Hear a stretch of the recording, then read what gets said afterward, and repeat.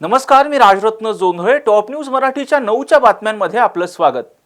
24 तास नाही तर फक्त एका तासात आपण देशभरातील दिवसभराच्या महत्त्वाच्या राजकीय, सामाजिक, क्राईम आणि मनोरंजनासह इतर घडामोडींचा वेगवान आढावा घेणार आहोत. लोकसभा निवडणुकीला जेमतेम काही दिवस शिल्लक असतानाच पुणे लोकसभेतील मतदारांच्या नेमक्या काय भावना आहेत याचा आढावा घेतलाय टॉप न्यूज मराठीनं. यासह पाहूयात दिवसभरातील महत्त्वाच्या घडामोडी.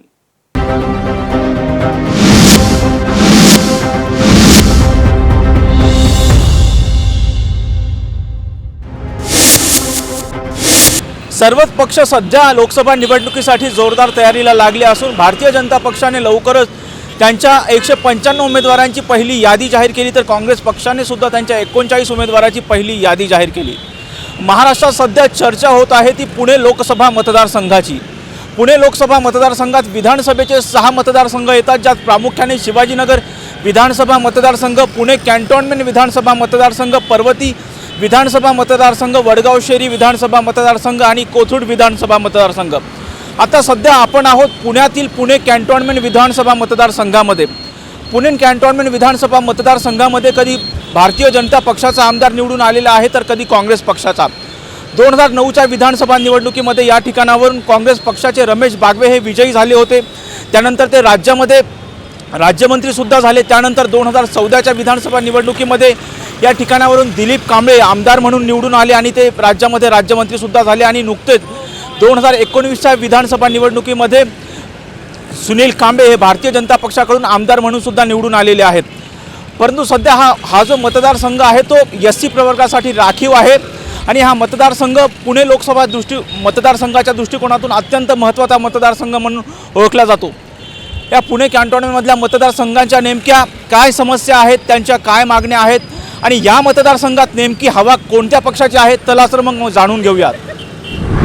कॅन्टोन्मेंटमधली स्थानिक नागरिक आणि व्यावसायिक म्हणून तुमच्या काय काय समस्या आहेत? आमच्या समस्या तर पहिले प्रत्येक 5 वर्षांनी इलेक्शन तर होतं चला, पण आमची काय समस्या कुठलीच पूर्ण होत नाही. गरीब माणूस त्याच्या जागेवर आहे असं काय, हा काय वर येतच नाही. हे त्यांची पॉलिसी आहे का काय आहे ते आपल्या काय लक्षात येत नाही. दुसरी गोष्ट, महागाई इतकी झाली की तोंड वर काढू देत नाही. आमचा धंदा आहे ना, इतका धंदा कमी झाला की विचारायला नको. दुसरी गोष्ट, आता हे पहिले पूर्वी कसं होतं, 10 वर्षांनी गाड्या येत होत्या, नंबर लावायला लागायचे. आता आहे ना सारख्या गाड्या चालूच आहे, रोजचे 5-50 गाड्या येतच राहा. ह्याला काय बंधन आहे का नाही? हे ऑटो रिक्षा प्रत्येक गाड्या, आणि 15 वर्षांनी परत ते स्क्रॅप होतात. मग त्याचा उपयोग काय आहे? तुम्ही थोडे दिवस प्रोडक्शन बंद करा ना. गरीब लोकांचा बी विचार करा की फक्त खालची वर्गाची माणसाला त्यांना काय उपयोगच नाही ठेवून. तुम्ही म्हणता की कॅब आणि ह्याच्यामुळे तुमचा व्यवसाय मारला जातो. कॅब म्हणा किंवा प्रत्येक गाडी, मोबाईल सगळं हल्ली सगळं आलं आहे. फक्त कॅबमुळेच नाही पण प्रत्येक वस्तू. आणि लोकांना कसे आहे ना, मिडल क्लास लोकांना पूर्वी आहे ना IT पार्टला ज्या बाया कामाला जात होत्या त्यांना पगार किती होता? भरपूर पगार होता. आता कॉन्ट्रॅक्ट बेसवर गेल्यामुळं काय झालेलं आहे, आता त्यांना पगार खूप कमी आहे. कमी म्हणजे किती? 12,200 15,000 शिकलेले असेल तर, ह्याच्या पलीकडे पगार नाही. आणि आमचा धंदा ॲक्च्युली आहे ना मिडल क्लास लोकांवरच आहे. मग तुमच्या नवीन खासदाराकडून काय अपेक्षा आहे? नवीन खासदारकडनं आम्हाला काय अपेक्षा, फक्त आमचं व्यवसाय व्यवस्थित झालं पाहिजे, महागाई कमी करा, लोकांच्या काय अडचणी माझी एकट्याचीच नाही, प्रत्येकाची अडचण बघा काय आहे ती. त्यांना कळत असेल की नाही कळत असं नाही, त्यांना बी सगळं कळतं, पण ते जाणून घ्यायला मागत नाही. गरीब त्या जागेवर आहे असाच आहे. मला कमीत कमी येण्याचा 45 वर्ष झाले या धंद्यात, काय फरक नाही. फक्त माझ्या मुलांचं शिक्षण केलं आहे मी. ह्याच्या पहिले मला असं बोलायचं की छोट्या व्यावसायिकांकडे लक्ष नाही आहे. हा, लक्ष नाहीच आहे. मग आता तुम्हाला काय वाटतं की ह्या निवडणुकांमध्ये पुणे कॅन्टोन्मेंटच्या मतदारसंघातून कोण निवडून येऊ शकतं? कुठला पक्ष येऊ शकतो? तसं काय सांगू शकत नाही मॅडम, कोण येऊ शकतं.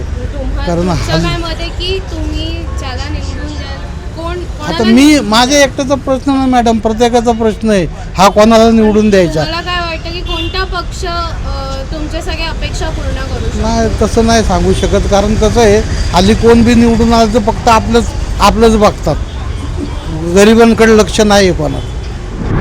पुणे कॅन्टोन्मेंटचे स्थानिक नागरिक आणि व्यावसायिक म्हणून तुमच्या काय काय समस्या आहेत? आता सध्या तर खासदारकीचं वारं आहे. फक्त कॅन्टोन्मेंटचं बोलून काय उपयोग नाही.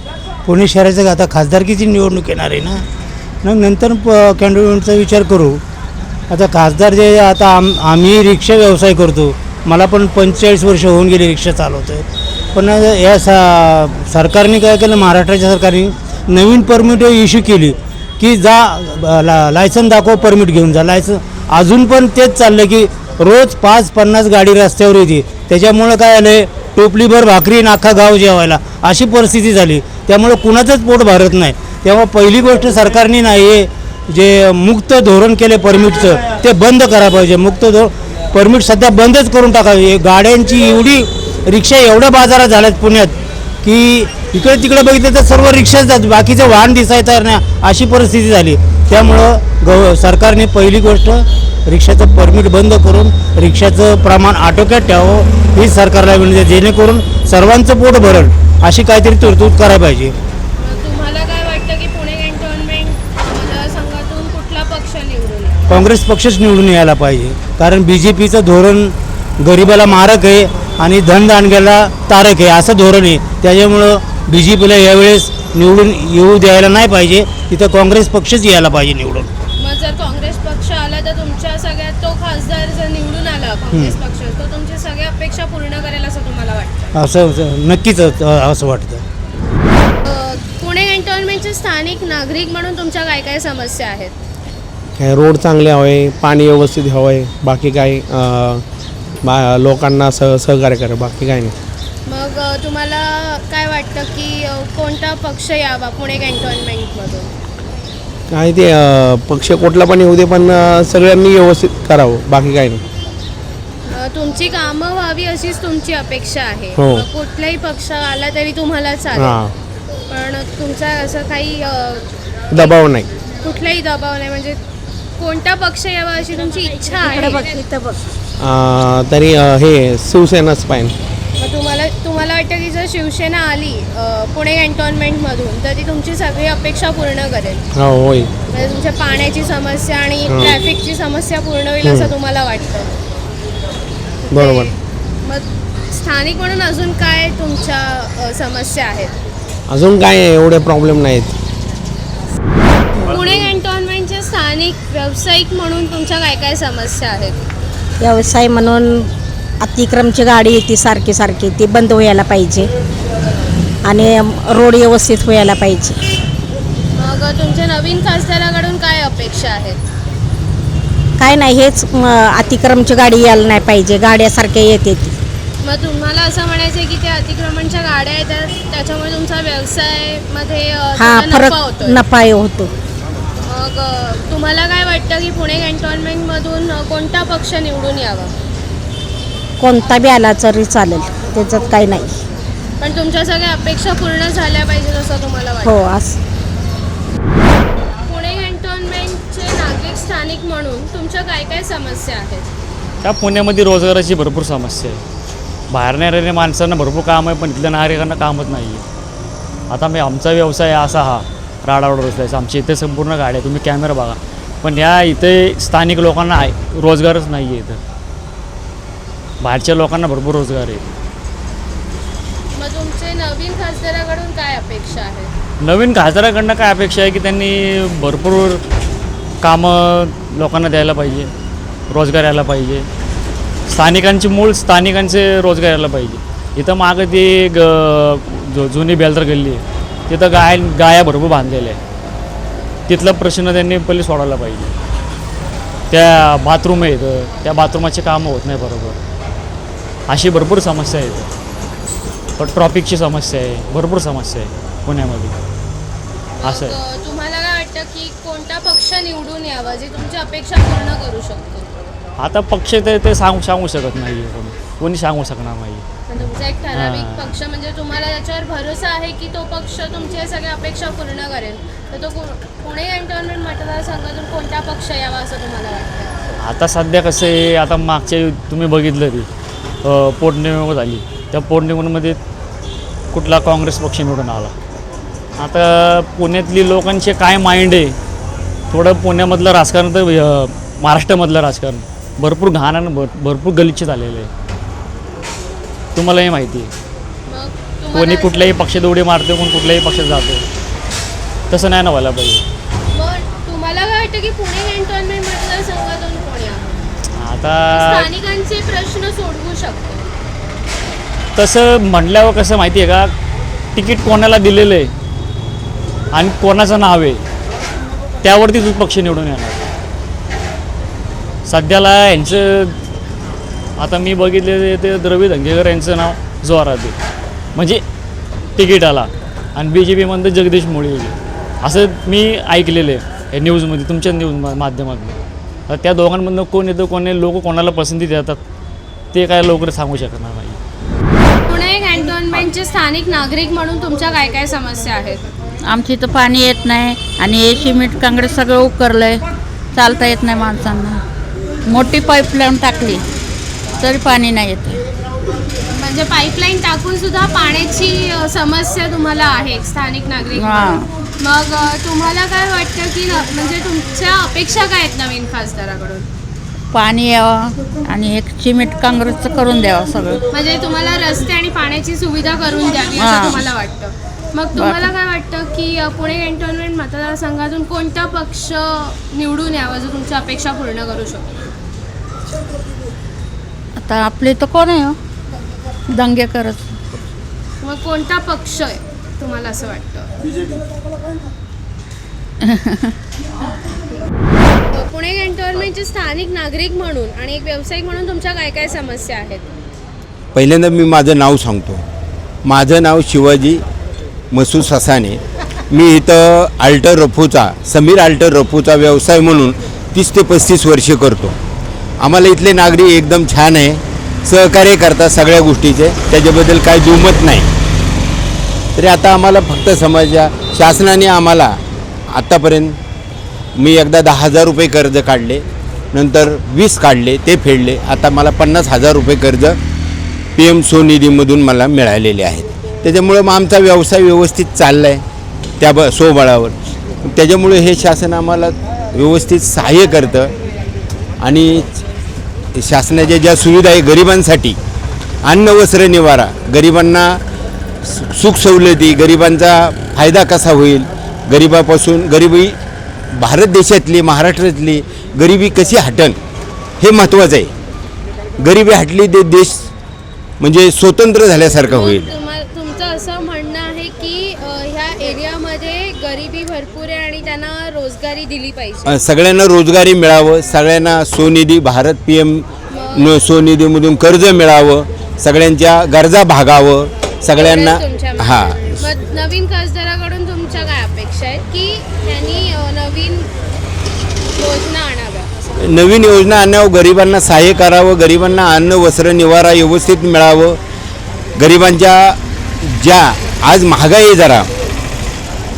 जरा कमी हो, हीच तुमची अपेक्षा महागाई कमी हो. हां, नवीन खासदार हो. काय वाटतं की कुठलं म्हणजे पुणे कॅन्टोन्मेंट मतदारसंघातून कोणत्या पक्षाचा खासदार निवडून यावा? आम्हाला वाटतं भाजपचा खासदार निवडून यावं, कारण त्याच्यामुळं आत्तापर्यंत मी बघतो, पेपर वाचतो, अनेक गोष्टी, पण भाजपची जी प्रगती आहे ती उच्च मोलाची झालेली आहे आत्तापर्यंत दिसतंय मला. मग जर पुणे कॅन्टोन्मेंटमध्ये जर भाजप आलं तर तुमचे सगळ्या अपेक्षा पूर्ण करतील असं तुम्हाला वाटतं? आम्हाला आश्वासन देतील, ते आमच्या अपेक्षा पूर्ण करतील हे आम्हाला आत्मविश्वास आहे. माझा लूक चांगला आहे, निदान मला डोळा तरी मारा, अशी मिश्किल प्रतिक्रिया राज्यसभा खासदार श्रीमंत छत्रपती उदयनराजे भोसले यांनी दिली आहे. पाहूयात नेमकं काय म्हणालेत उदयनराजे भोसले. छान, खरंच छान. छान म्हणजे काय लोक चांगला, लोक चांगलं गाडी करा तेच सांगतो. लोक चांगलं आहे आणि जण डोळं तरी मारा. तुम्ही मारला पाहिजे. कशाला मी मारलं त्याचा चुकीचा अर्थ. आज महाराज साहेब खरंच आजचा जरा मला वेगळं वाटतंय. तुमच्या चेहऱ्यावरचं हास्य आहे ना, बऱ्याच गोष्टी अशा सांगून जातात. एक लक्षात घ्या, जो स्ट्रेस घेतो त्याला आरोग्य खराब होतं. स्ट्रेसमध्ये सगळं बीपी सगळं. निवडणुकीच्या काळात अनेक उमेदवारांच्या चेहऱ्यावर 12 वाजलेले दिसतात, पण तुम्हाला काय तुमच्या चेहऱ्यावर म्हणजे आता बघा ना, शंभूराज देसाई 12चं टायमिंग दिलं होतं, तर 12 वाजून गेलं 2. ठीक आहे, 12चं काय समजा, 12चं असतं तर मग मी इकडेच गेलं पाहिजे, पंजाबला जायला अध्यक्ष आले. आगामी लोकसभा निवडणुकीच्या पार्श्वभूमीवर आज सातारा जिल्ह्यात महायुतीची बैठक संपन्न झाली असून या बैठकीनंतर राज्याचे राज्य उत्पादन शुल्क मंत्री शंभूराज देसाई यांनी नेमकी काय प्रतिक्रिया दिली पाहूयात. महायुतीचे सर्व आमदार, सर्व जिल्हा प्रमुख, सर्व महिला युवा आघाडीचे सर्व पदाधिकारी या बैठकीमध्ये पूर्ण या लोकसभा निवडणुकीच्या नियोजनाच्या अनुषंगानं आम्ही चर्चा करून काही नियोजन ठरवलेलं आहे. जो उमेदवार ज्या पक्षाचा आमचे राज्यातले नेते ठरवतील त्या राज्याच्या नेतृत्वाकडनं येणाऱ्या आदेशाचं पूर्ण तंतोतंत सर्व पक्षांनी पालन करण्याचा निर्णय आजच्या बैठकीमध्ये झालेला आहे. विधानसभा क्षेत्रनिहाय येणाऱ्या 8 तारखेला उत्तर कराड, दक्षिण कराड आणि पाटणचा मेळावा कराडमध्ये, सातारा कोरेगाव जावलीचा मेळावा साताऱ्यामध्ये आणि वाई खंडाळा महाबळेश्वरचा मेळावा वाईमध्ये, असे 3 संयुक्त सर्व महायुतीतल्या घटक पक्षांचे मेळावे सुद्धा आम्ही या ठिकाणी घेतो आहे. आणि उमेदवारी जाहीर होण्याची वाट न पाहता महायुती म्हणून आज सगळ्यांनी एकत्रपणे काम सुरू करायचा निर्णय आजच्या बैठकीमध्ये सगळ्यांनी घेतलेला आहे. महत्वाचे पदाधिकारी यामध्ये उपस्थित नव्हते. उदयनराजे तर आले आणि निघून गेले, याचा अर्थ काय नेमका समजायचा? म्हणजे उदयनराजे आले इथं त्यांना बैठकीत, दुसरी ठिकाणी कुठंतरी जायचं होतं, त्यांचा मला निरोप आला होता की त्यांना काही पूर्वनियोजित त्यांनी कोणाला वेळ दिलेली होती, त्या भेटीगाठीसाठी ते गेलेले आहेत. सुनील काटकर वगैरे सगळे पदाधिकारी या ठिकाणी होते. बाकी सगळे आमचे आमदार होते. आमदार मकरंद पाटील साहेब त्यांच्या साखर कारखान्याच्या कामासाठी मुंबईमध्ये आहेत. हे आमच्या आपले अमित दादा कदमाना त्यांनी पाठवलं होतं.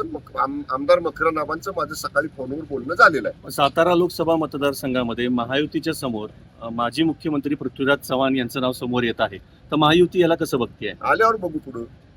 आता येतंय जातंय, बरीच नावं येत आहेत, बरीच नावं मागं पडतायत. जोपर्यंत अंतिम लढतीचं चित्र स्पष्ट होत नाही तोपर्यंत काय भाष्य करणं योग्य नाही. राज्यामध्ये महायुतीचे जे उमेदवार ठरत नाहीये त्याच्यामध्ये नेमकी काय अडचण आहे? महायुतीच्या कोट्यामधले भारतीय जनता पक्षाचे 21 उमेदवारांची नावं जाहीर झाली. शिवसेनेच्या 8 उमेदवारांची नावं जाहीर झाली. 4 का 5 नावं राष्ट्रवादी काँग्रेसची जाहीर झाली. पहिला टप्पा झालेला आहे, दुसरा टप्पा हळूहळू होतोय. उद्या मी ठाण्यामधनं विभाग, आता जसं मी सांगितलं विधानसभा क्षेत्रनिहाय मेळावे आम्ही घेतोय, त्याची सुरुवात उद्या ठाण्यापासून. उद्या ठाण्याचा मेळावा दुपारी 4 वाजता आहे. Okay, thank you. एप्रिल महिना चालू झालेला आहे, अर्थात कडक उन्हाळ्याचे दिवस सुरू झालेत. उन्हाचा पारा 40शी गाठताना पाहायला मिळतोय. पुण्यामध्ये सुद्धा आजचं टेम्परेचर जे आहे ते 38 आणि 39च्या मध्ये असल्याचं पाहायला मिळतंय. पुणेकरांना या उन्हाळ्याने, या उकाड्याने प्रचंड हैराण केलेलं आहे. त्यामुळे पुण्यामध्ये कोणती हीट वेव्ह आहे का, किंवा पुढचे काही दिवस जे असणार आहेत ते कसे असणार आहेत, पारा 40च्या पार कधी होणार आहे, यंदाचा संपूर्ण उन्हाळा जो आहे तो कसा असणार आहे, याबाबतच सविस्तर बातचीत करणार आहोत पुण्यातल्या हवामान विभागातील वैज्ञानिकांशी.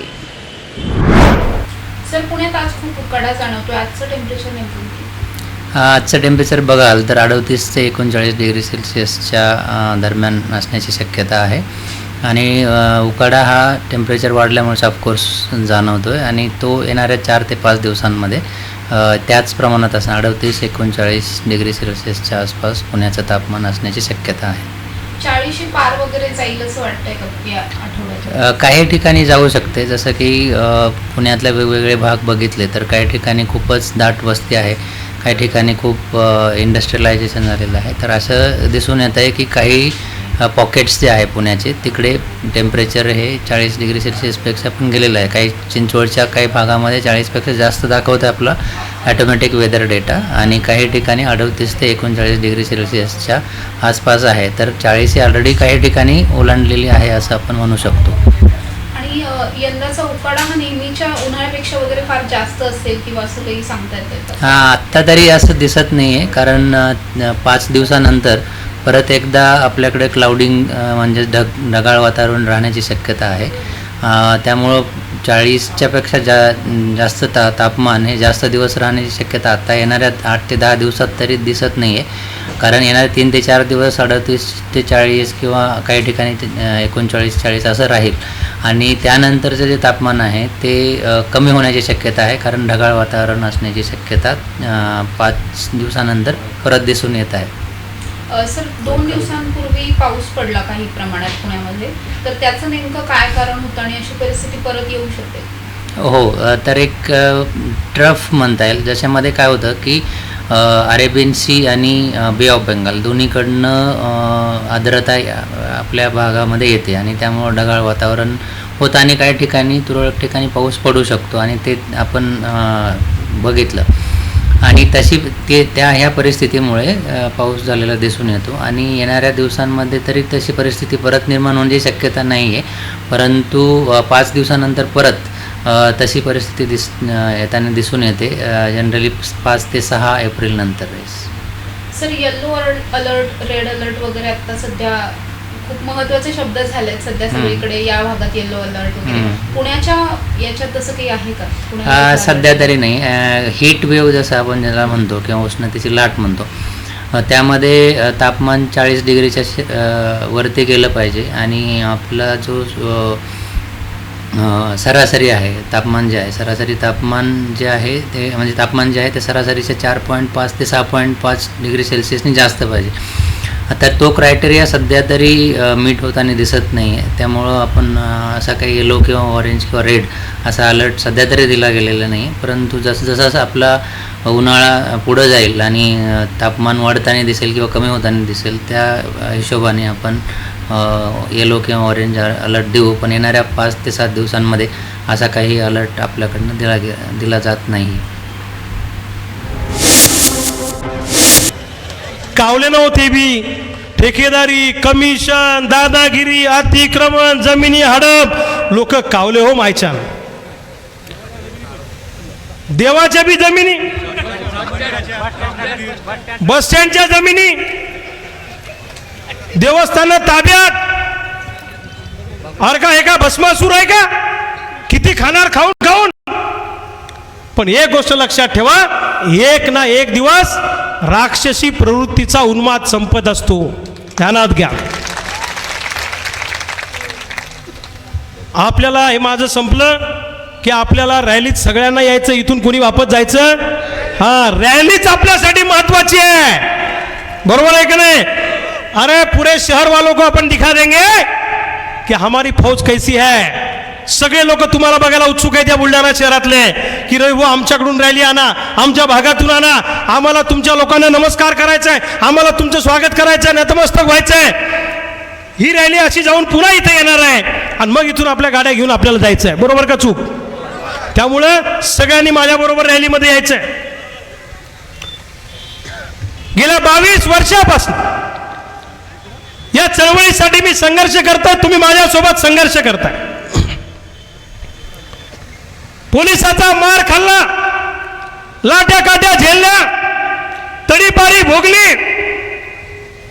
हजारो आंदोलनं केली असतील मी या महाराष्ट्रामध्ये, पण मी कधी मागे आलो नाही, मी कधी मागे हटलो नाही. माझ्या बायकोनी तुम्हाला सांगितलं शर्वरीने की तिला मी नेहमी सांगतो, शर्वरी मी घरात दाळ आणू शकत नाही, मी संपत्ती कमावली नाही, पण मी जीवाभावाची माणसं महाराष्ट्राच्या कानाकोपऱ्यात कमावली. रविकांत तुपकरनं पदं कमावले नाही, संपत्ती कमावली नाही. मी काय कमावलं? गडचिरोली गोंदिया पासून कोल्हापूर कर्नाटक पर्यंत आणि लातूर उस्मानाबाद धाराशिव पासून धुळे नाशिक मुंबई कोकणापर्यंत जीवाभावाची जीवाला जीव देणारी फौज मी कमावली. मी तुम्हाला चॅलेंज देऊन सांगतो, महाराष्ट्राच्या कोणत्याही बस स्टँडवरून रात्री 12 वाजता तुम्ही मला फोन करा आणि सांगा की रविकांत मी इथं अडचणीत सापडलोय, अर्ध्या तासात जर का 25-50 पोरांची फौज तुम्हाला घ्यायला आली नाही ना, तर उभ्या आयुष्यात तुमच्या समोर उभा राहणार नाही. ही माझ्या आयुष्याची कमाई आहे. तपश्चर्येशिवाय आणि त्यागाशिवाय माणूस हा प्रवास करू शकत नाही. मी कायम गाडीमध्ये असतो, माझी बॅग कायम भरलेली असते, माझ्या गाडीत भरलेलीच बॅग असते. मी गाडीतच झोपतो. गाडीत जर टॉयलेट बाथरूमची व्यवस्था असती तर मी कुणाच्या घरात पण मुक्कामाला गेलो नसतो. हा प्रवास मी 22 वर्षापासून करतो. कधी लेकरा बाळांना दवाखान्यात घेऊन गेलो नाही, कधी त्यांच्या शाळेत पालक म्हणून गेलो नाही. माझ्या पोरी कोणत्या वर्गात जातात हे सुद्धा मला लवकर सांगता येत नाही. यज्ञाच्या माझी घरी चहा घेऊन येते पाहुणे आल्यावर, लोक विचारतात कोणत्या वर्गात आहे, मी सांगतो 6वीत आहे. ती म्हणते बाबा मी यावर्षी 7वीत गेली आहे. आमची वैष्णवी इथं आहेत, तिच्या बाबतीतही मला कन्फ्युजन व्हायचं. मी तिला विचारायचो बाळा 12वीचा अभ्यास चांगला सुरू आहे ना? ती म्हणे बाबा माझी 12वी झाली, आता इंजिनिअरिंगला नंबर लागतोय. माझ्या घरादाराकडे मी कधी लक्ष दिलं नाही, मी कुटुंबाकडे कधी लक्ष दिलं नाही. माझा सगळा जीव 22 वर्षाच्या आयुष्यातला तुमच्यामध्ये राहिलेला आहे. भावांनो, मला 3 महिन्यापूर्वी काही नेते म्हणायचे पक्षाचा असलं तर लढा, अपक्ष असलं तर लढू नका. आज तेच नेते मला म्हणतात मागं घेऊ नका.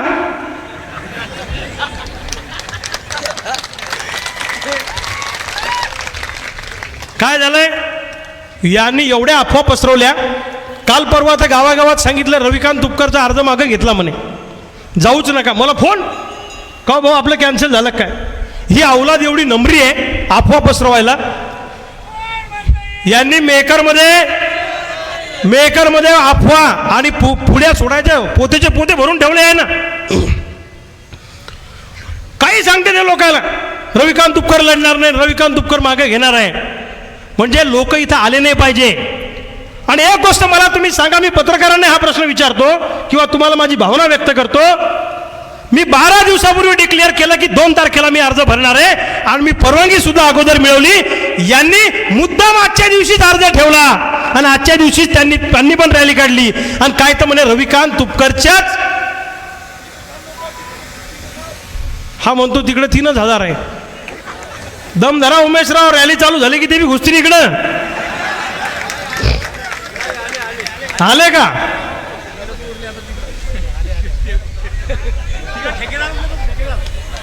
ठेकेदार तिकडे कोण कोण आहे? सगळे नेते, हा पांढऱ्या कपड्यातले सगळे ठेकेदार, सगळे दलाल, बोलवा ना मग इकडं. सगळे दलाल या.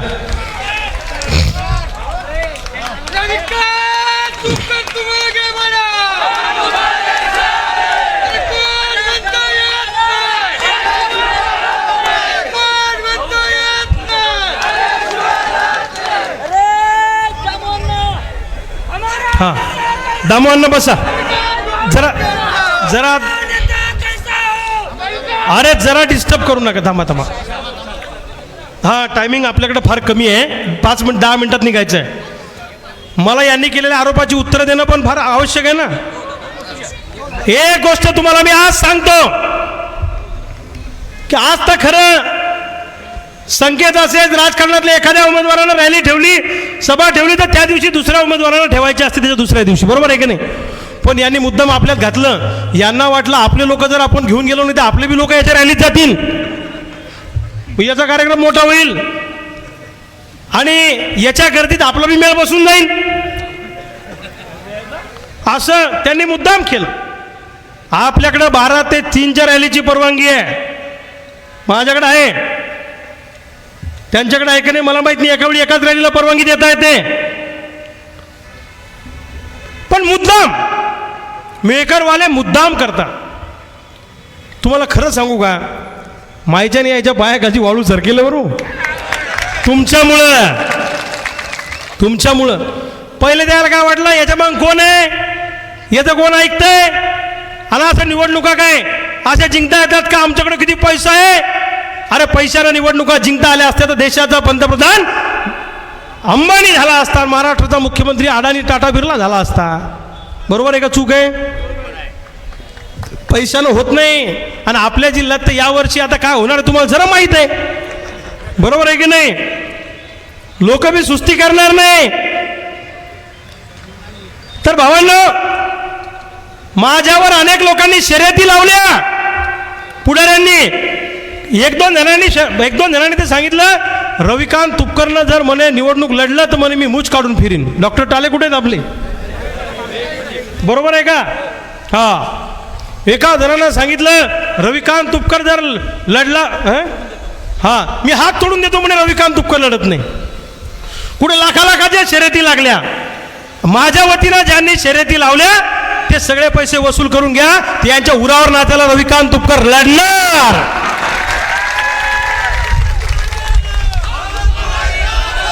पहिले काय म्हणत होते?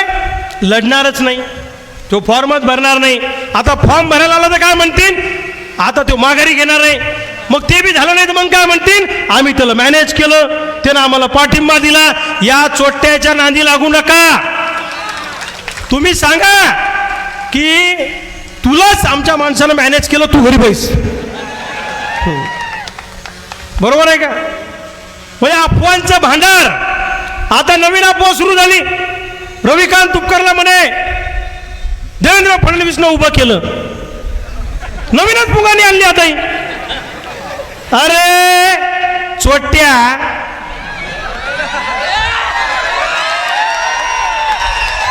नीट राह, नीट शिस्तीत राह, शिस्तीत. निवडणूक गेली उडत. जर खोट्या आणि बदनाम्या करणार असाल तर तिथल्या तिथं गावात येऊन ठणकावून सांगेन आणि तिथल्या तिथं उत्तर देईन. लक्षात ठेवा, आमच्या नादाला लागू नका. आता मला सांगा, यांचे तर तिकीट 4 दिवसापूर्वी झाले आणि आपली उमेदवारी कधी झाली? अरे बाबा 5 वर्षापूर्वी झाली ना. दर पंचवार्षिकला आपली उमेदवारी आपण सांगितलं आपण लढणार आहे. बरोबर आहे का? आणि मी किती महिन्यापूर्वी डिक्लेअर केलं शेतकऱ्यांनी की लढणार आहे रविकांत तुपकर. यांचं कधी झालं? हे तर देव देव देव देव करत उमेदवारी मिळवल्या यांनी. बरोबर आहे का?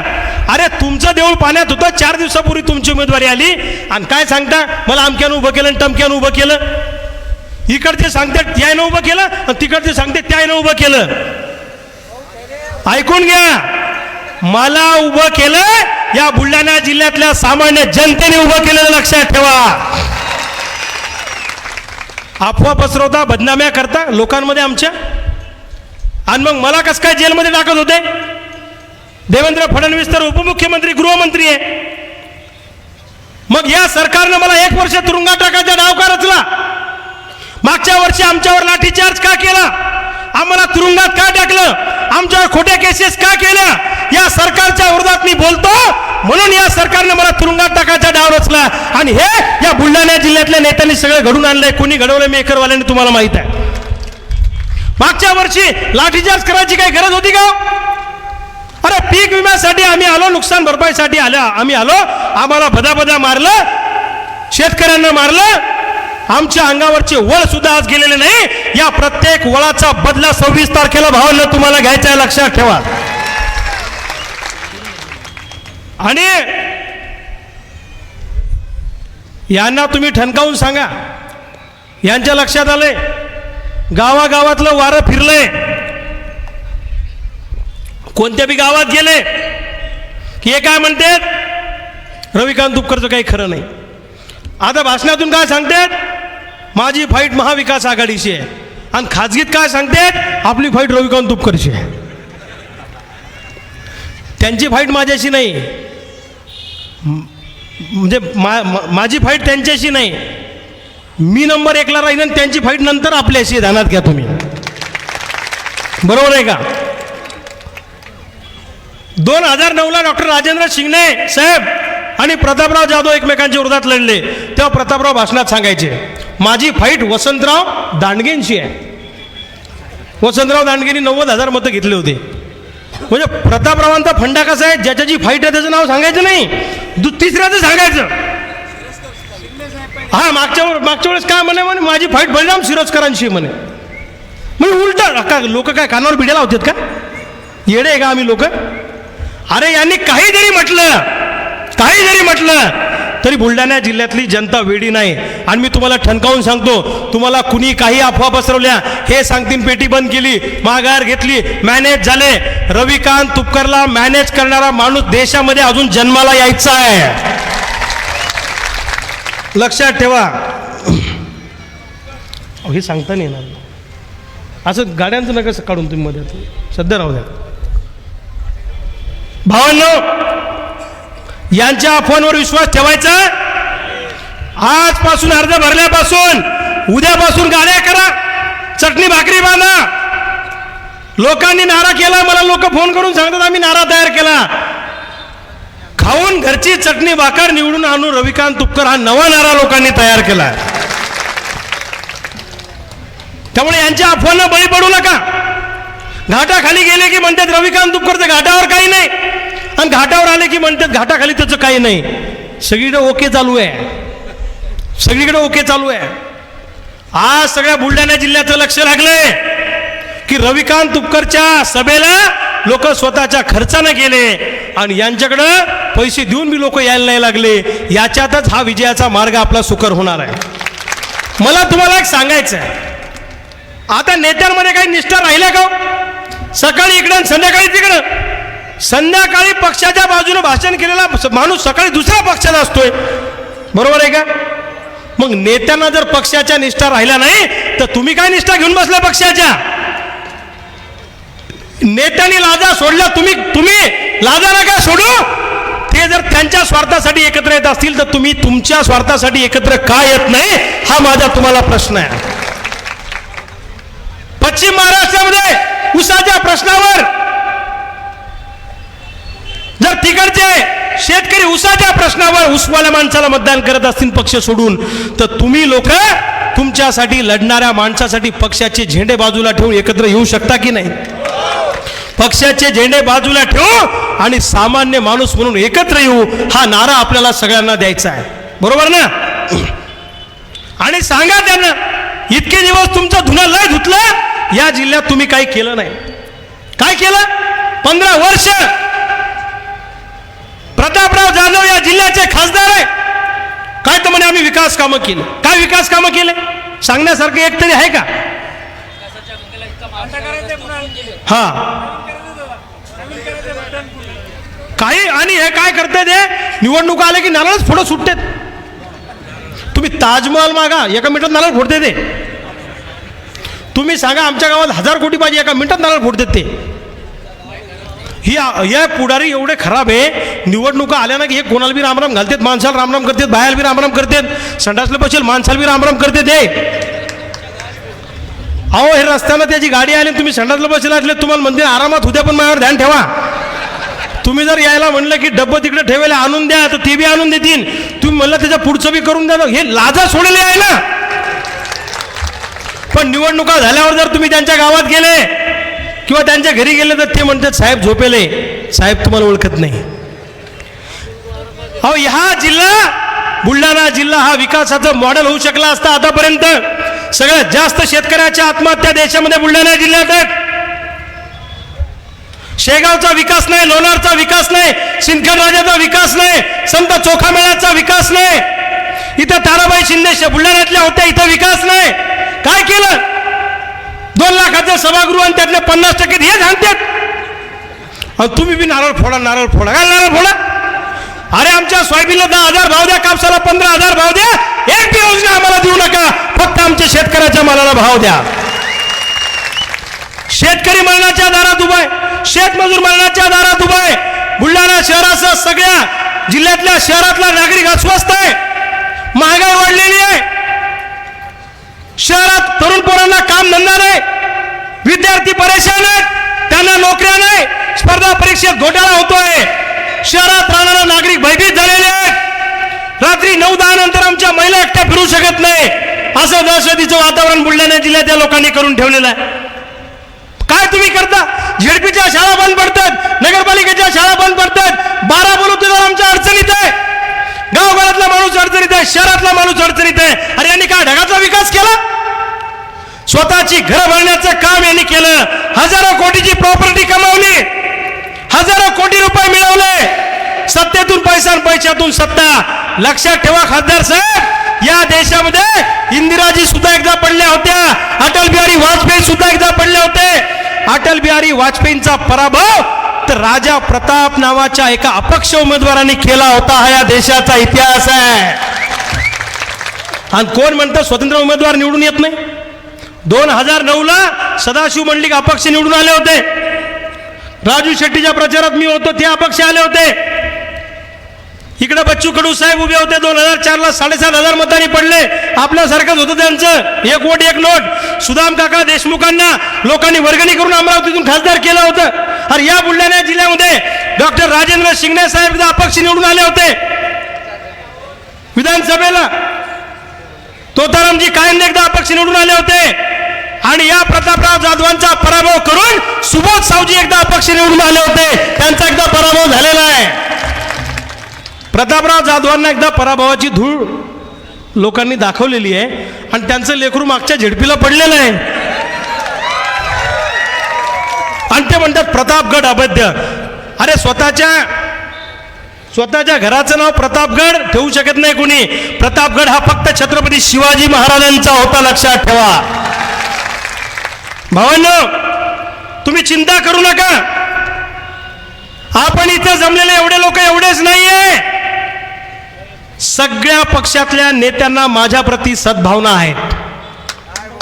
सगळ्या पक्षातल्या, वरच्या नाही खालच्या. ते म्हणते तुम्ही चालल्या जोरात, आम्ही लय कावलो यायला. मायच्या तुम्ही पहा गंमतच कशी होती. चमत्कारच होणार आहे यावर्षी, चमत्कार होणार आहे. आणि तुम्ही बी जरा गाव पुढे सांगा, जरा दमान घ्या, नाही तर आमची बारी झाली की तुमची बी म्हणाव. हा, शेवटी ते कोणाच्या भरोश्यावर आहेत? तुमच्या. त्यांना सांगा जरा शिस्तीत घ्या, दमानं घ्या. इतके दिवस तुमचं ऐकलं, आता आमचं ऐका. बरोबर आहे की नाही? 15 वर्षात बुलढाण्याच्या खासदार साहेबांनी दिल्लीच्या संसदेमध्ये सोयाबीनचा प्रश्न मांडला नाही, कापसाचा प्रश्न मांडला नाही. इथं सूतगिरण्या बंद आहेत, कारखाने बंद आहेत, MIDC नाही, रोजगार नाही, महिलांच्या हाताला काम नाही. त्या बचत गटाच्या बाळाला चॉकलेट देऊन राहिले. ते आता तुम्हाला म्हणे आम्ही अमुक देतो, काही देत नाही. निवडणूक झाली की बचत गटाच्या बाळाला ते भेटणार की नाही, मग शब्द तुम्ही ध्यानात ठेवा. याच्या नांदी लागू नका. आणि नवीन योजना आणली त्यांनी, नवीनच तयार केली बुलढाणा जिल्ह्यात, वनश्री. वय काय ते आता सांगून राहिले आम्ही 3-3 हजार रुपये तुम्हाला देऊन तुम्ही फॉर्म द्या. अहो येड्यावानी करू नका. हे ती योजनाच नाही आहे शासनाची कोणती. मायच्यान तुम्हाला मूर्ख बनून राहिले. तुम्ही यायच्या नांदी लागू नका, कागदपत्र देऊ नका. तुम्ही दम धरा. 15-20 दिवसांना आपुलाचे. काळजी करू नका. कशाला फसवा फसवी करता म्हणाव. 15 वर्षात दिवे लावता आले नाही, आता काय दिवे लावणार आहे तिथे जाऊन. त्यामुळे तुम्ही चिंता करू नका. रविकांत तुपकरने 22 वर्षात काही कमावलं नाही. माझं काही स्टोन क्रेशर नाहीये. समृद्धी महामार्गाचा ठेका मी घेतलेला नाहीये. मी घरातले सगळे लोक ठेकेदार केलेले नाहीये. मी काही हजारो कोटीच्या शेत्या घेतल्या नाहीयेत. माझ्या घरी काही 20-20 गाड्या नाहीयेत. लक्षात घ्या, मी सामान्य कार्यकर्ता आहे. त्यांना लोक पैसे मागतायत आणि मला लोक पैसे देतात. हा त्यांच्यातला माझ्यातला फरक आहे. हे म्हणतात रविकांत तुपकरनं सोयाबीन कापसाला भाव दिला का? सोयाबीन कापसाला भाव देणं माझी जबाबदारी आहे का त्यांची आहे? अरे लढणं आणि आंदोलन करणं ही माझी जबाबदारी आहे आणि भाव मिळवून देणं ही त्यांची जबाबदारी आहे. ताई बरोबर आहे का? बरोबर आहे का चूक आहे? मग दिल्लीच्या संसदेत तिथे काय तंबाखू खाल्ला जातात फक्त, ती मी स्वतःच्या पैशाने खात नाही. माय मी दे तुमचीच तंबाखू, तुमचा चुरान मला निवडून आला म्हणतात फक्त बस. तिथं दिल्लीत जाऊन का तंबाखू चोरता का? अरे एक प्रश्न या माणसाला सोयाबीन बद्दल विचारला नाही, एक प्रश्न कापसाबद्दल विचारला नाही, बुलढाणा जिल्ह्याच्या रोजगारासंदर्भात एक प्रश्न विचारला नाही. काय तर म्हणे खामगाव जालना रेल्वे मार्ग आणला, काही आणला नाही. दर पंचवार्षिकला आणतात ते, नारळ फोडतात निवडणूक आली की, काही नाही झालं. ते खोटं आहे ते सगळं. लबाडाचा अवतन जेवल्याशिवाय खरं नाही. तिकडे भक्ती मार्गाच्या नावाखाली लोकांच्या जमिनी हडप करतात. अरे लेकरापेक्षा जास्त जीव आम्ही त्या जमिनीला लावलाय. आमच्या शेतकऱ्यांच्या जमिनी हडप केला तर आम्ही खपून घेणार नाही. ते म्हणजे रवी रविकांत तुपकरने काय केलं? मग तुम्ही काय केलं तिथे जाऊन? काय केलं? दिल्लीत जाऊन भाषण केलं मग आपल्या खासदार साहेबांना, महंगाई नाही बडी, खर्चे बडे. अरे काय मेळाल मेळ आहे का बाबा? मागच्या वर्षीचा मोर्चा काढला आपण सोयाबीन कापसाचा. मी म्हटलं की बा सोयाबीन आयात करू नका, तेल आयात करू नका. त्यानं पेपरला बातमी दिली की तेल आयात केल्यामुळे आपले भाव वाढणार आहे. तेल आयात केल्यामुळे भाव वाढत नसते, भाव पडत असते. अभ्यासच नाही यायचा. आयात निर्यातीचं यायला काहीच कळत नाही. यायला फक्त जेलमध्ये टाका, रविकांत तुपकरला जेलात टाका, डॉक्टर टालेला जेलात टाका, खोट्या केसेस करा, जितूबा वाडेलकरला जेलात टाका, त्याच्या पोराला जेलात टाका, एवढाच उद्योग केला आहे ना. पण यांच्या नादाला लागू नका. ही लढाई कशी होणार आहे हे माझ्याबद्दल अफवा पसरवतात. मी आज तुम्हाला सांगतो, माझ्या नावाने फक्त माझ्याकडे 4 एकर जमीन आहे. मी अल्पभूधारक शेतकरी आहे. लक्षात घ्या, ही लढाई कशी होणार आहे. 4 एकरावाला खरा खुरा शेतकरी आणि शेकडो कोटीची जमीन असणारा नकली भूमिपुत्र, ही अशी लढाई आहे. लक्षात ठेवा. नकली ते स्टारचे कपडे घालणं, ते गॉगल आणि ते ट्रॅक्टरवर राऊंड मारणं. ट्रॅक्टरवर राऊंड मारते, नागर धरणे. आता स्टारच्या कपड्यात कुठे माणूस वावरात जातो का? कपडे साधे घालून जा.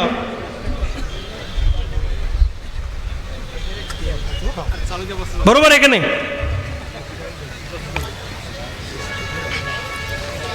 जरा ऐका हो. अरे यार तुम्ही लोक काय. हा जरा ऐका. काका बसा, काका बसा. हो काका.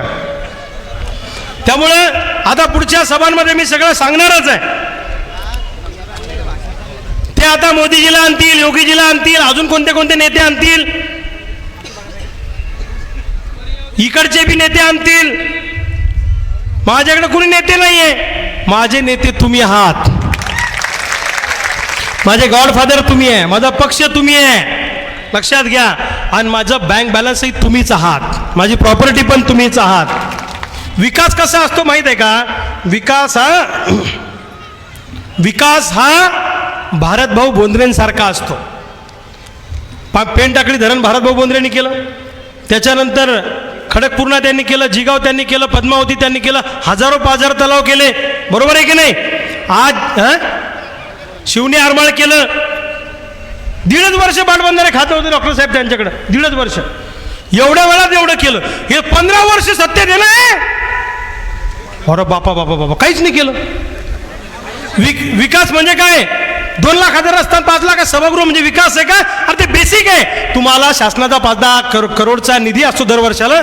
फक्त या गावात टाकायचा की या गावात टाकायचं एवढं तुम्हाला ठरवायचं. ते काही विकास नसतो. विकास म्हणजे काय? म्हणून ऍडमिट केलं, पण तिथं हे दुसरं प्रकरण झालं.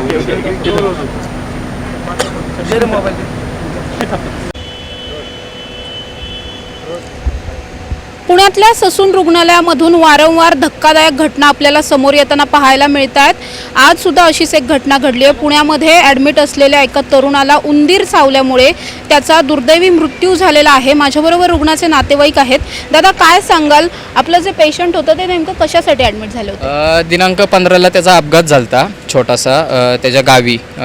राजगड त्या भागातला तो राहणारा होता. सागर रेणुशे त्याचं नाव होतं.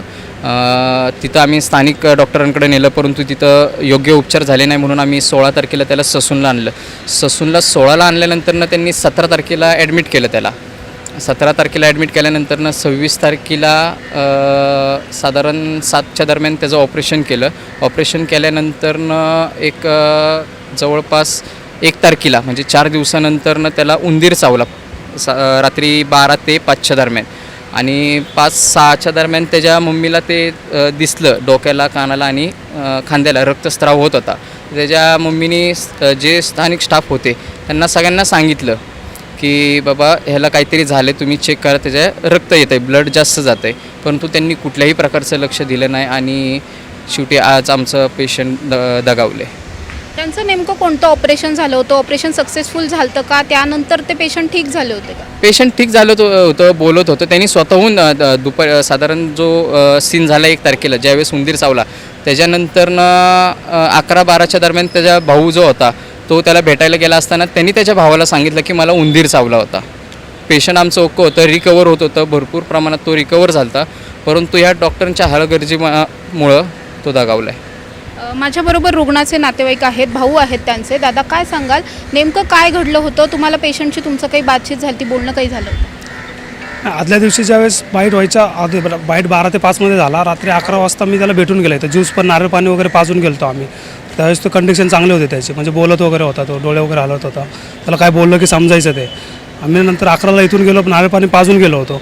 12 ते 5मध्ये त्याचा बाईट झाला. ते काय स्टाफने कुणी लक्षच दिलं नाही त्याच्याकडे. ब्लिडिंग झालं तर पूर्ण. माझ्या आई ज्यावेळेस बघायला गेली त्यावेळेस तिला समजलं की रक्त येते. तिने डॉक्टरला त्यावेळेस सांगितलं, त्यावेळेस डॉक्टरने बघितलं तर त्यांनी तिला काहीच ट्रीटमेंट वगैरे केली नाही. फक्त त्यांना कापूस दिला, पोसायला दाबून धरा म्हणले. त्यांनी काही सांगितलंच नाही.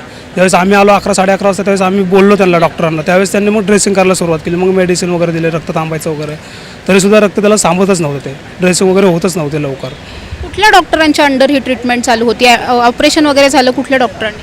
आर्थोमध्ये झालं होतं ऑपरेशन. तर त्यांनीच इकडे शिफ्ट केलं होतं ICUमध्ये. तर आर्थोवाल्यांचं सक्सेसफुल होतं ऑपरेशन. त्यांचं काही एवढं हे नाही. पण ICUवाल्यांचं हलगर्जीपणा आहे तो पूर्णपणे. कारण की त्यांनी पूर्ण लक्षच दिलं नाही. तिथंच उंदीर वगैरे फिरत होते. त्यांनाच विचारलं की आम्ही उंदीर कसे काय? ते म्हणले पलीकडे काम चालू आहे.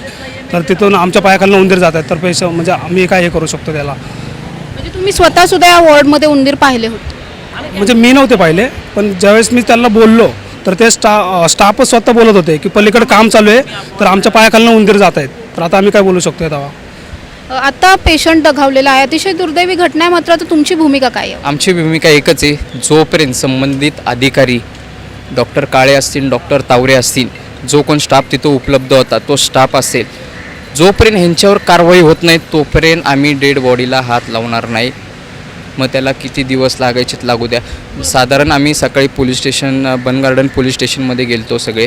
तिथं आम्ही रिक्वेस्ट केली की असं असं झालं आहे, संबंधित जे काय आहे ती तुम्ही लिगल कारवाई करा. परंतु पोलिसांनी आम्हाला टाळाटाळ केली.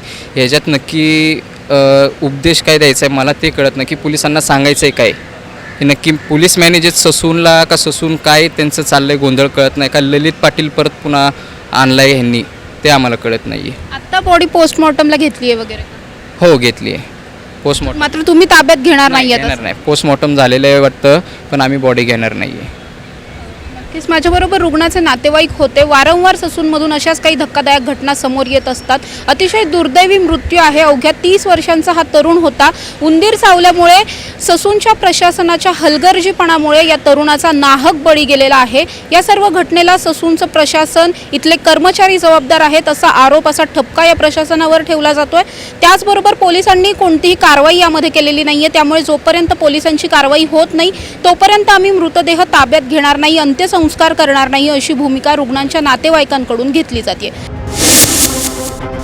देशात लोकसभेच्या निवडणुकीला सुरुवात झाली असून सर्वच राजकीय पक्ष हे निवडणुकीच्या जोरदार तयारीला लागले आहेत. सर्वच राजकीय पक्षांनी त्यांच्या उमेदवारांची घोषणा करायला सुरुवात केली आहे. राज्यात महाविकास आघाडी विरुद्ध महायुती असा सामना निश्चित आहे. दोन्ही आघाडीने त्यांच्या उमेदवारांची घोषणा करायला सुरुवात केली आहे आणि नुकतीच राष्ट्रवादी काँग्रेस शरदचंद्र पवार पक्षाच्या वतीनं 5 उमेदवारांची घोषणा करण्यात आली.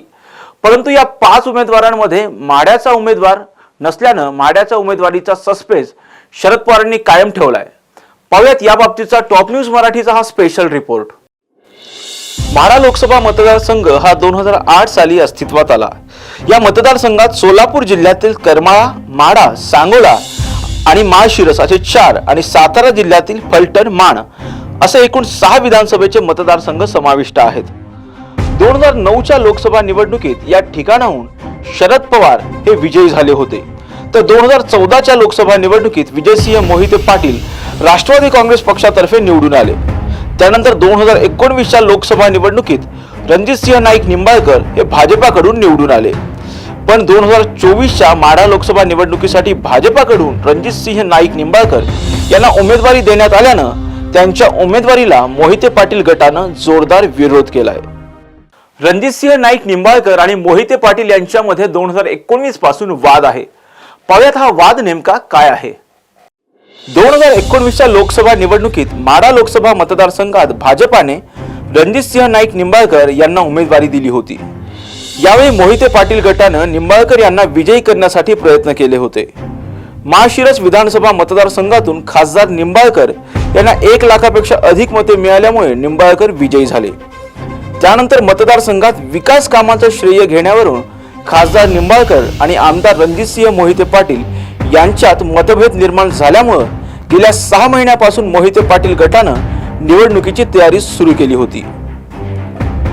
माढा लोकसभा मतदारसंघात धैर्यशील मोहिते पाटील यांना उमेदवारी मिळावी म्हणून मोहिते पाटील गटाकडून मागणी करण्यात आली होती। मात्र भाजपाने याकडे दुर्लक्ष करून विद्यमान खासदार रणजितसिंह नाईक निंबाळकर यांना उमेदवारी दिली। रणजितसिंह नाईक निंबाळकर यांना उमेदवारी मिळाल्यानंतर मोहिते पाटील गटाकडून उघड नाराजी व्यक्त करण्यात आली। उमेदवार बदलावा अशी मागणी करत मोहिते पाटील यांच्याकडून भाजपावर दबाव टाकण्यात आला होता। नुकतीच मोहिते पाटील गटानं अकलूज येथे बैठक घेतली, मात्र संबंधित विषयावर रामराजे निंबाळकर यांच्यासह अनेकांनी थेट भाष्य करणं टाळलं। माढा लोकसभा मतदारसंघाकडे राष्ट्रवादी काँग्रेस शरद पवार गटाचे अध्यक्ष खासदार शरद पवार यांनी लक्ष केंद्रित केलं असून त्यांनी धैर्यशील मोहिते पाटील किंवा बाबासाहेब देशमुख यांना राष्ट्रवादीकडून उमेदवारी देण्याची हालचाल सुरू केली आहे। या अगोदर 2 वेळा माढा लोकसभा मतदारसंघातून राष्ट्रवादी काँग्रेसचे उमेदवार विजयी झाले होते, परंतु मागील निवडणुकीत या मतदारसंघातून भाजपाने विजय मिळवला होता। त्यामुळे आता पुन्हा हा मतदारसंघ आपल्याकडे ताब्यात घेण्यासाठी शरद पवार यांनी प्रयत्न सुरू केलेत। देशात लोकसभा निवडणुकीची रणधुमाळी सुरू झाली असून सर्वच राजकीय पक्ष हे जोरदार तयारीला लागले आहेत। महाराष्ट्रात महायुती विरुद्ध महाविकास आघाडी असा सामना जवळपास निश्चित असतानाच आता वंचित बहुजन आघाडीनेही यात उडी घेतली आहे।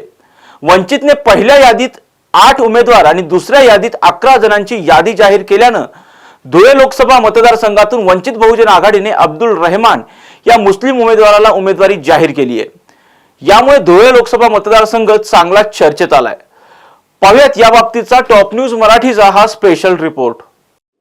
2019 मध्ये नागरिकत्व सुधारणा विधेयक अर्थात सिटीजनशिप अमेंडमेंट बिल 2019 लोकसभा आणि राज्यसभेतही मंजूर करण्यात आलं होतं। राज्यसभेत विधेयकाच्या बाजूने 117 मतं पडली तर विधेयकाच्या विरोधात 92 मतं पडली। नागरिकत्व सुधारणा विधेयक हे भारताच्या धार्मिक एकात्मतेच्या विरोधात आहे। मी न्यायप्रेमी लोकांना विनंती करतो की सर्वांनी लोकशाही पद्धतीने या विधेयकाला विरोध करावा। हे विधेयक घटनेच्या मूलभूत तत्वाविरोधात आहे। तसेच विधेयकामागे मुस्लिम समाजामध्ये भीती निर्माण व्हावी आणि देशाचं विभाजन व्हावं ही मानसिकता आहे असं म्हणत विधेयकाला विरोध म्हणून महाराष्ट्र राज्य पोलीस दलातील IPS अधिकारी अब्दुल रहमान यांनी तडकाफडकी आपला राजीनामा दिला होता। अब्दुल रहमान हे 1997च्या बॅचचे IPS अधिकारी असून रहमान यांना वायरलेस उपमहानिरीक्षक पदावरून बढती देऊन मानवी हक्क आयोगाच्या महानिरीक्षकपदी नियुक्ती झाली होती, परंतु नागरिकत्व सुधारणा विधेयकाला विरोध म्हणून त्यांनी राजीनामा दिला होता। त्यानंतर त्यांनी देशभर विधेयकाच्या विरोधात व्यापक आंदोलन उभारलं होतं। त्याचबरोबर ते मुस्लिमांच्या प्रतिनिधित्वाच्या मुद्द्यावर काम करतात। याच विषयावर त्यांनी ॲब्सेन्स इन पॉलिटिक्स हे पुस्तक सुद्धा लिहिलं असून या पुस्तकाची देशभर चर्चा आहे। सध्या वंचित बहुजन आघाडीने त्यांच्या दुसऱ्या यादीमध्ये धुळ्यातून अब्दुल रहमान यांना उमेदवारी दिल्यामुळे धुळे मतदारसंघ चांगला चर्चेत आलाय, कारण या मतदारसंघात नेहमीच जातीय समीकरणं प्रभावी ठरली आहेत। धुळे जिल्ह्यातील धुळे शहर, धुळे ग्रामीण, शिंदखेडा या 3 तर नाशिक जिल्ह्यातील मालेगाव मध्य, मालेगाव बाह्य व बागलाण अशा 3 असे एकूण 6 विधानसभेचे मतदारसंघ धुळे लोकसभा मतदारसंघ येतात। 2009 पासून या मतदारसंघावर भाजपाचं वर्चस्व असून विद्यमान खासदार सुभाष भामरे हे सलग 2 वेळा या मतदारसंघातून निवडून गेलेत। भाजपने यंदाही त्यांना उमेदवारी दिली आहे। महायुतीकडून डॉक्टर सुभाष भामरे यांनी प्रचाराला सुरुवात केली असून त्यांच्या उमेदवारीला मालेगाव आणि धुळ्यामधून शिंदे गटाकडून तसेच पक्षातील अंतर्गत विरोधकाकडून त्यांना विरोध केला जातोय। तर महाविकास आघाडीतर्फे धुळ्याची जागा काँग्रेस लढवणार असून काँग्रेसचे जिल्हाध्यक्ष डॉक्टर तुषार शेवाळे व श्याम सनेर यांची नावं चर्चेत आहेत। धुळे मतदारसंघात बहुतांश मतदार मुस्लिम समाजाचे आहेत आणि वंचित बहुजन आघाडीने या ठिकाणी मुस्लिम उमेदवार दिल्यामुळे या ठिकाणची लढत रंगतदार होण्याची दाट शक्यता आहे। लोकसभा निवडणुकीत नंदुरबारची जागा लढवण्याचा भाजपचा हक्क हा आधीचा निष्कर्ष असून पक्षाकडे विद्यमान खासदार हिना गावित आहेत, ज्यांनी 2014 आणि 19च्या सलग 2 निवडणुकांमध्ये एकेकाळी काँग्रेसचा बालेकिल्ला असलेल्या नंदुरबारमध्ये भाजपला मोठा ब्रेक दिला. त्यामुळे भाजपने हिना गावित यांना 2024च्या लोकसभा निवडणुकीत नंदुरबारमधून उमेदवारी दिली आहे. तर कोण आहेत या हिना गावित पाहूयात. हिना गावित या नंदुरबार विधानसभा मतदारसंघातील भारतीय जनता पक्ष आणि राष्ट्रवादी काँग्रेस पक्षाचे माजी आमदार विजयकुमार गावित यांच्या कन्या आहेत. त्या व्यवसायाने डॉक्टर असून 2014च्या लोकसभा निवडणुकीत त्यांनी नंदुरबारचे 9 वेळा खासदार राहिलेले माणिकराव होडल्या गावित यांचा पराभव केला. 1981 पासून माणिकरावांच्या इंडियन नॅशनल काँग्रेसने ही जागा जिंकली. हिना यांच्या 1,06,905 मतांनी विजयी झाला. व्यवसायाने डॉक्टर असलेल्या हिना गावित यांनी अनेक मंचावर वायू प्रदूषणाचा सार्वजनिक आरोग्यावर होणारा परिणाम अधोरेखित केला. हिना गावित या जलसंपदा बाबतच्या संसदीय स्थायी समितीच्या सदस्य आहेत. 2024 लोकसभा निवडणुकीला सुरुवात झाली असून सर्वच पक्ष हे निवडणुकीच्या जोरदार तयारीला लागले आहेत.